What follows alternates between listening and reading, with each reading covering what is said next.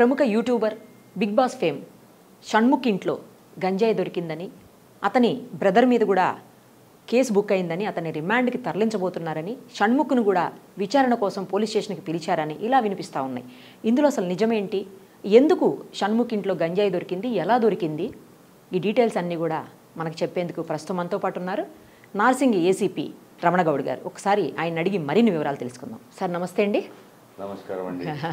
Sir first of all 1 week అయింది మీరు వచ్చి, కంగ్రాట్స్ నార్సింగ్ లాంటి ఒక మంచి పిఎస్కి వచ్చినందుకు. యా సార్, ఏం జరిగింది ఈ కేసులో, ఎందుకు షణ్ముఖ్ ఇంటికి వెళ్లాల్సి వచ్చింది, ఎలాగ అసలు అక్కడ గంజాయి ఉందని మీకు తెలిసింది?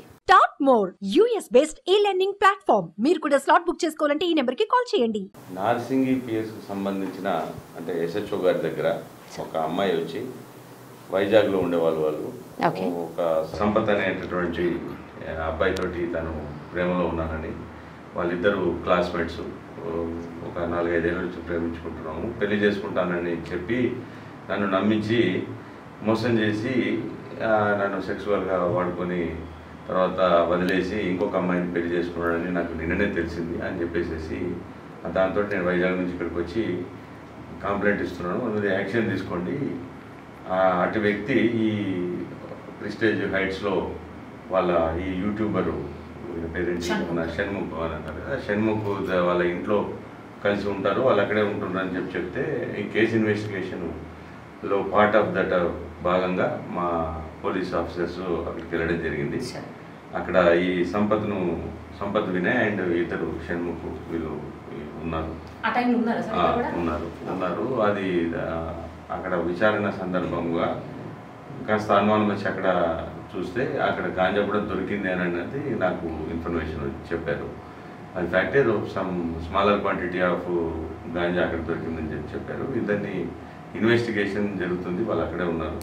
ఇన్వెస్టిగేషన్ పార్ట్లో ఎవరి పార్ట్ ఎంత, ఏముంది, ఎవరికి ఇన్వాల్వ్మెంట్ ఏంటి అని ఉన్నది తెలిసిన తర్వాత చట్టపరమైనటువంటి చర్యలు తీసుకోవడం జరుగుతుంది. ఇప్పుడు గంజాయి అనేది ఎంత క్వాంటిటీ పెట్టడానికి ఉంటుంది, దేనికి ఎలా ఉంటుంది? ఏ క్వాంటిటీ కూడా పెట్టేందుకు ఉండదు, వాడేందుకు ఉండదు. Nothing like of 1 gram is allowed, 2 grams is allowed అన్నది కాదు. బట్ ఇక్కడ డిఫరెన్స్ ఏంటంటే smaller quantity and intermediate quantity, దాంట్లో middle quantity and commercial quantity అనేది తేడా ఉంటుంది. కమర్షియల్ క్వాంటిటీ అఫెన్సెస్ వేరే ఉంటాయి సెక్షన్స్. స్మాలర్ క్వాంటిటీ అంటే consumable items quantity, consumable items ఉన్న దానికి లెసర్ ఉన్న సెక్షన్స్ ఉంటాయి.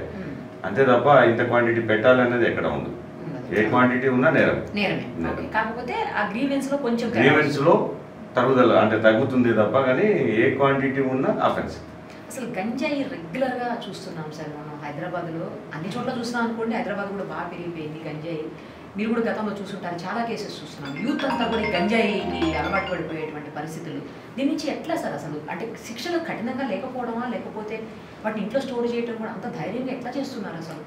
లేదండి, NDPS యాక్ట్లో శిక్షలు చాలా కఠినంగా ఉంటాయి. NDPS యాక్ట్లో అన్నిటికంటే కఠినంగానే శిక్షలు ఉంటాయి. కానీ బహుశా ఈ మధ్య ఈ ఇంటర్ బార్డర్స్ కొంత అక్కడ ఎక్కువ సాగు జరుగుతూ ఉంటుంది. మెయిన్గా మనకు వచ్చే సప్లై అంతా ఎక్కువగా వచ్చేది మాత్రం ఒడిశా ఆ బార్డర్ నుంచి, ఆంధ్ర ఒడిశా బార్డర్ల నుంచి వస్తుంటుంది. మరి ఏమైనా అంటే ఇంత శిక్షలు ఉన్న తర్వాత కూడా ఇంత జరుగుతుంది అని అంటే దాని గురించే గవర్నమెంట్స్ కూడా చాలా కఠినంగా దానికోసం సపరేట్గా యూనిట్స్ని అంటే ఏర్పాటు చేసి డీజీ లెవెల్ ఆఫీసర్స్ ఆధ్వర్యంలో వర్క్ నడుస్తుంది. కాబట్టి పక్కగా మా నమ్మకం ఏంటంటే త్వరలోనే ఇవి అరికట్టబడతాయని మేము ఆశిస్తాం. రైట్ సార్, ఈ పర్టికులర్ కేసులో ఎవరైతే షణ్ముఖ్ వాళ్ళ బ్రదర్ అన్నయ్య ఉన్నారో సంపత్ అనే వ్యక్తి, అతని మీద ఇప్పుడు ఎలాంటి సెక్షన్స్ ఇంపోజ్ చేసే అవకాశం ఉంటుంది సార్? జనరల్గా మోసం చేశారు 417, 420 వస్తుంది.